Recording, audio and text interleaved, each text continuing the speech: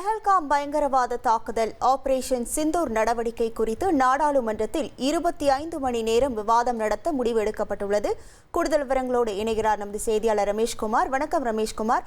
இந்த 25 மணி நேரம் விவாதமானது எப்போது நடத்தப்பட இருக்கிறது, அது தொடர்பான முழு விவரங்கள்?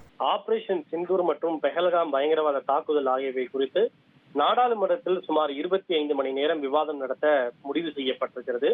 இன்று மதியம் நடைபெற்ற அலுவல் ஆய்வுக்குழு கூட்டத்தில் இந்த முடிவு எடுக்கப்பட்டிருக்கிறது.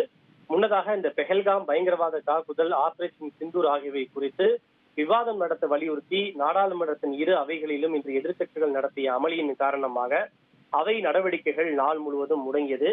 இந்த நிலையில் இன்று பிற்பகலில் கூடிய அலுவல் ஆய்வுக்குழு கூட்டத்தில் மத்திய அரசின் சார்பில் என்னென்ன மசோதாக்கள் எடுத்துக் கொள்ளப்பட இருக்கின்றன, அதற்கு எவ்வளவு மணி நேரம் ஒதுக்கப்படுகிறது என்பது குறித்த விவரங்களை நாடாளுமன்ற விவகாரத்துறை அமைச்சர் கிரண் ரிஜிஜு தெரிவித்தார்.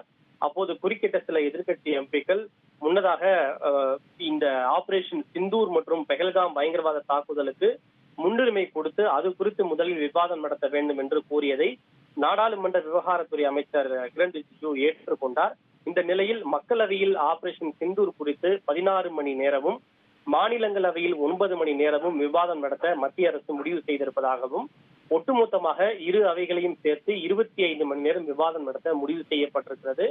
அடுத்த வாரம் இந்த ஆபரேஷன் சிந்தூர் மற்றும் பெஹல்காம் பயங்கரவாத தாக்குதல் குறித்து விவாதம் நடத்த முடிவு செய்யப்பட்டிருப்பதாக தகவல் வெளியாகி இருக்கிறது. உங்கள் விவரங்களுக்கு நன்றி ரமேஷ்குமார். உங்கள் தந்தி1 தொலைக்காட்சியில் யார் சனிக்கிழமை தோறும் இரவு 8 மணிக்கு காண தவறாதீர்கள்.